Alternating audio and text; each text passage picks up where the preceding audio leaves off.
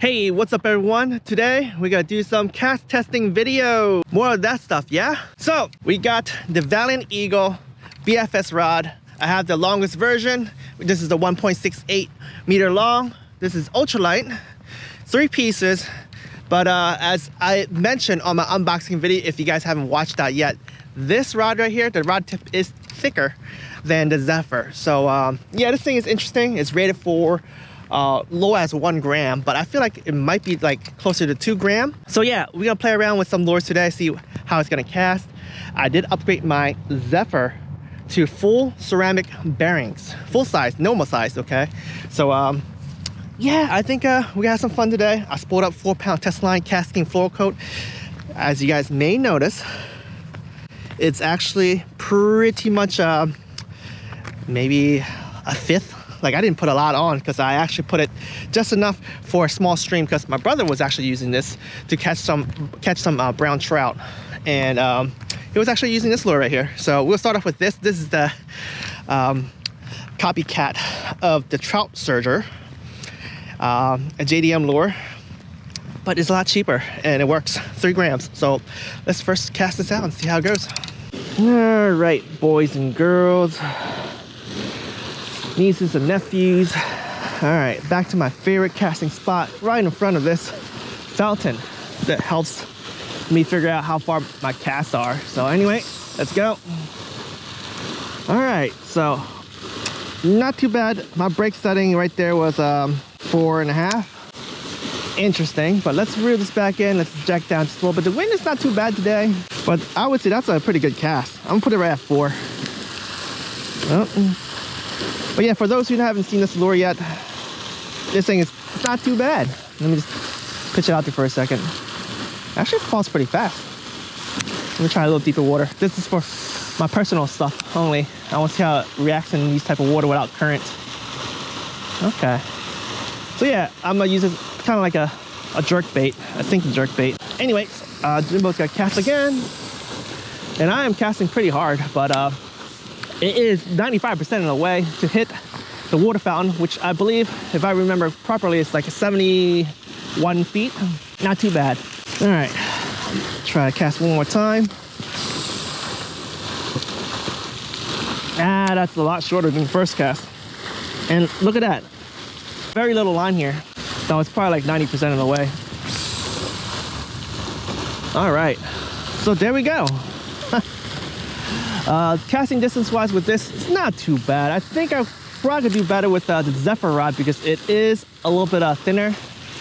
This does feel a lot stiffer than the Zephyr. One last cast. All right, so that's about 90% of the way. So it's not too bad, man, not too bad. All right, let's switch lures. Let's try something a little bit lighter. Again, this is a 3 gram lure. Let's put something lighter and see how it goes with this setup. I'm gonna ultimately try, I guess, a trout magnet, the 1 gram test. All right, guys, the next lure I am throwing is a homemade jig. This is a woolly bug variation instead of woolly bugger on, you know, a fly hook with no weights. I have it on a jig head, and I pretty much bounce this at the bottom. You can see the paint and scratch stuff, and I've been really successful with this type of lure for trout fishing in streams. I think it is not because of YouTube. I wouldn't use anything else other than woolly buggers and just marabou jigs. But yeah, a 16th ounce jig head is probably my primary jig that I throw for trout in small streams, and then 1/32 ounce.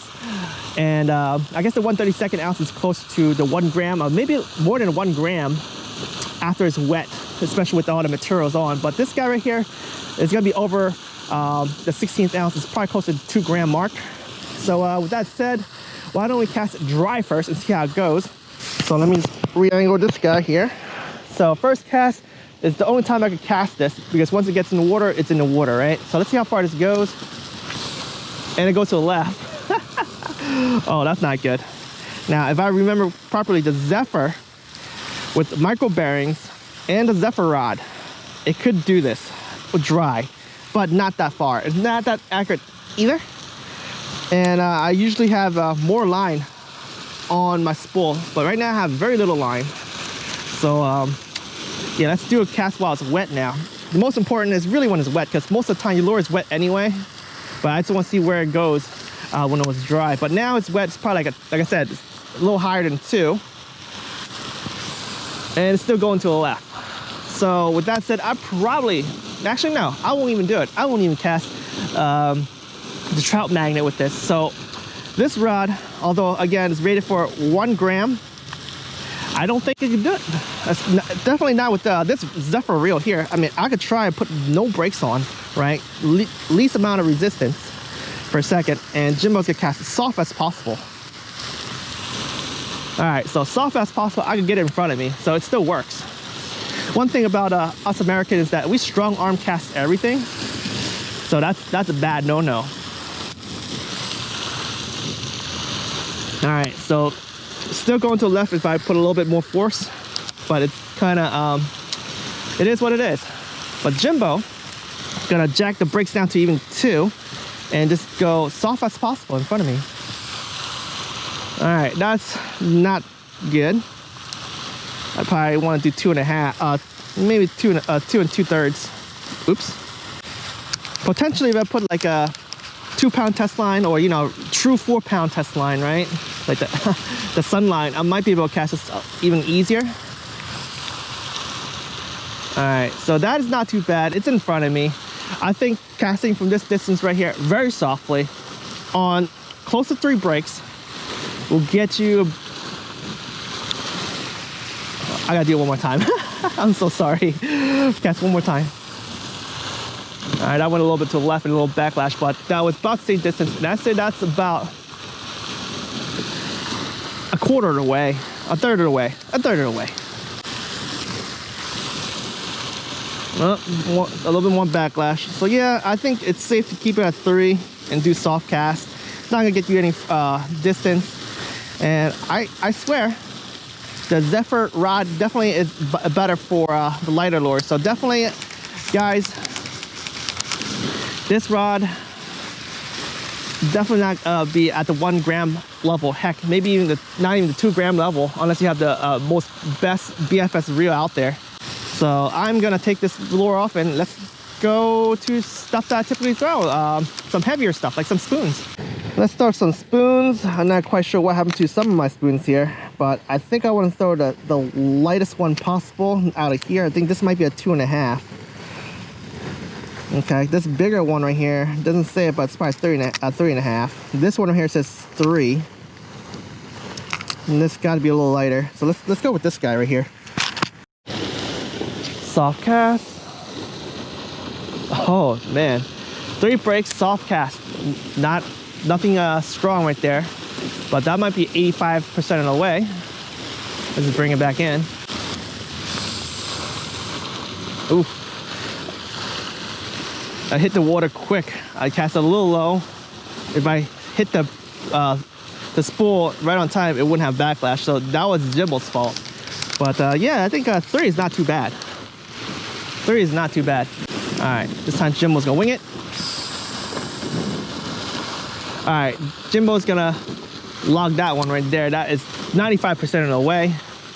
As usual, I think BFS fishing with spoons is probably the easiest lure to cast out there. Oh, got it, boom. Another 95% or maybe even 96%. It's very, very close to the fountain. One last time. I could probably cast it with the even lower brakes. Let's try it one more time with the low brakes. But yeah, I would say this rod could cast spoons not too bad, especially with this reel and line. Let's just do that. Oh, too much. Yep, looks like 3 seems like the limit. And I didn't really cast that hard either compared to my other few casts. But yeah, 3 seems like the magic key, especially with the new bearings and everything. All right guys, casting a spoon is not too bad. I think I'm gonna put on the bigger spoon and see how that goes. I have expectation of bigger spoons, heavier spoons should get us a little bit closer or even further than the water fountain. All right, the bigger spoon, just a tad bit bigger, is wider, so this should go further. Yeah, I hear the spool go off so much faster here from that ceramic bearing. and I have no idea where it went. It definitely went into the splash zone, so maybe I should just move it on over and just see how it casts from here. Oh yeah, it definitely went past the water fountain. If I were to move it over there, it might be like 105%. Not too bad.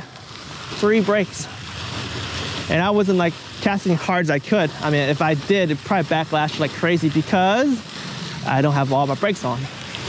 But distance wise, definitely good.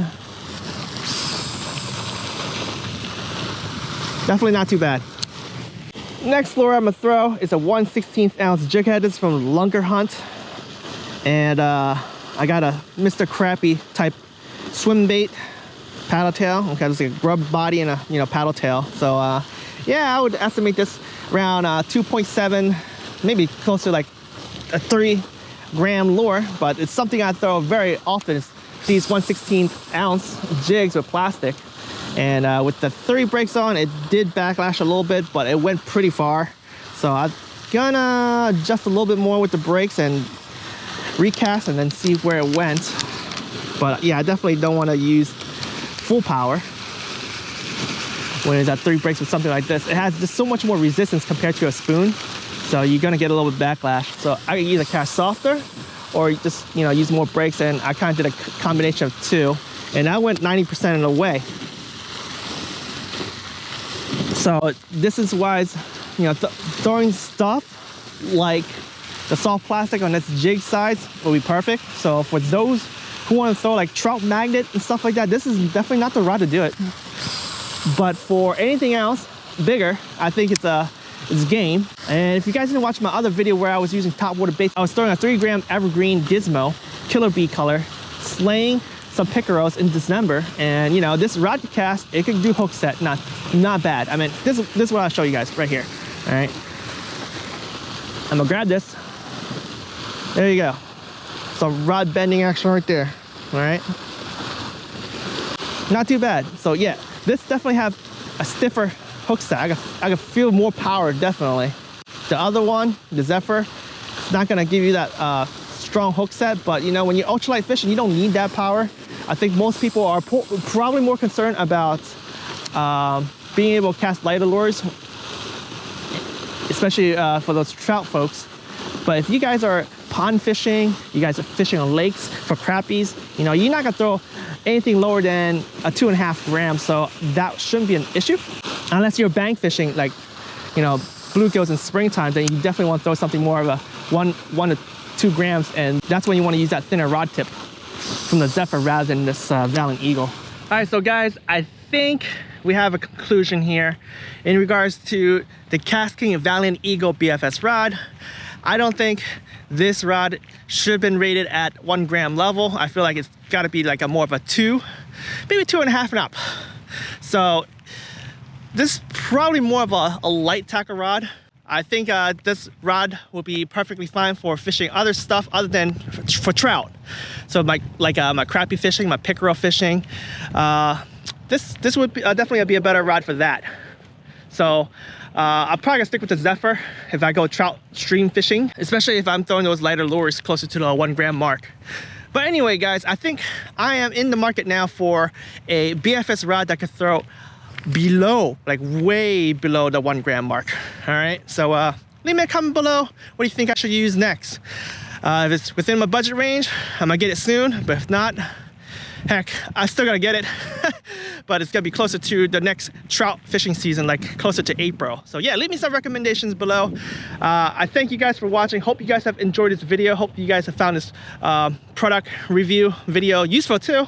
If there's any suggestions you guys wanna make when I do these type of videos, leave it in a comment below.